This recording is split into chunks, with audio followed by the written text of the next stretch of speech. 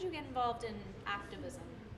Well, it's kind of in my DNA at this point because I was just a 6, 7, 8-year-old when I picketed with my father, Oh, wow. who was a union man, and that's a long time ago because I'm 85 now.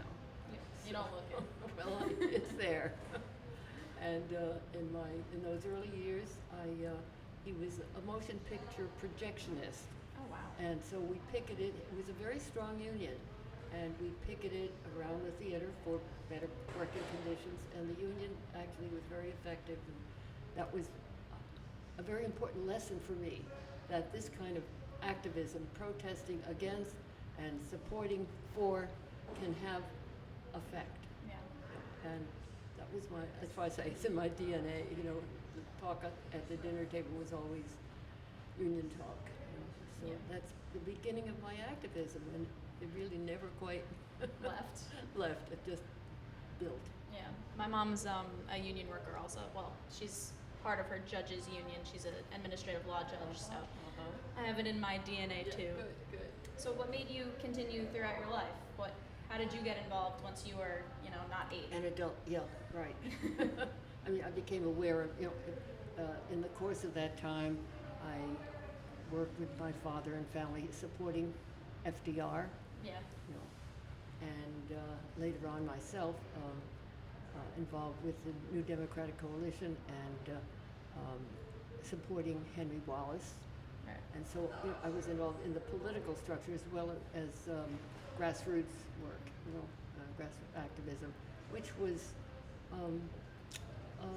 highlighted during the Vietnam War, but even before that, when the Rosenbergs were sentenced to death. That was a very transforming time for me, and I became very active in Washington, going with all the demonstrations in Washington, New York, and very heartfelt, important, terrible miscarriage of justice, Yeah. which again increased my concern about social activism as a tool for social change towards justice and peace. And from then it was all justice and peace, and the environment. I became very involved in the environment. When I lived in Westchester, now I live further north in Dutchess County, and this is in the area that would be affected by an accident at Indian Point nuclear power plant. Right. So for 40 years, I have been organizing protests at Indian Point. Yeah. We haven't made it yet, but I think it's getting closer. But that was in the context of a broader concern about elimination of nuclear weapons and nuclear power. Right. And I was active in Women's International League for Peace and Freedom, and during the Vietnam War, Women's Strike for Peace, which I thought was very important grassroots organization. I agree. And then I started an organization called WestPAC, Westchester People's Action Coalition, for peace and justice and the environment, and I was the director for 22 years, and we covered the waterfront on issues, you name it, from the concerns in Central America and the Contras, in Nicaragua, to the struggle against apartheid, working in the Jesse Jackson campaign, working on issues of civil rights, right from the beginning. Civil rights, we sort of melded into all of this. Yeah. And so WestPAC became a very important entity, known really nationally and in some ways internationally.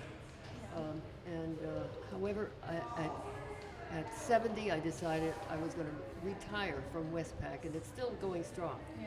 But the retirement meant a non-retirement because some of the people I had worked with, professors at Manhattanville College in Purchase, New York, asked if they couldn't start the Connie Hogarth Center for Social Action. Right. A little bit about that. Are you involved in that at all? Or Well, that's my center now, and that's that became my non-retirement. There you And go. so I'm still working. I'm working with students, and It's still going strong. yes, and my purpose there is to make new and young troublemakers Well, at good. Manhattanville College, and that's what I'm still involved with, working with as well as local coalitions, stuff in the city. Yeah. Civil Liberties Union, very active in the Civil Liberties Union. I'm on the board.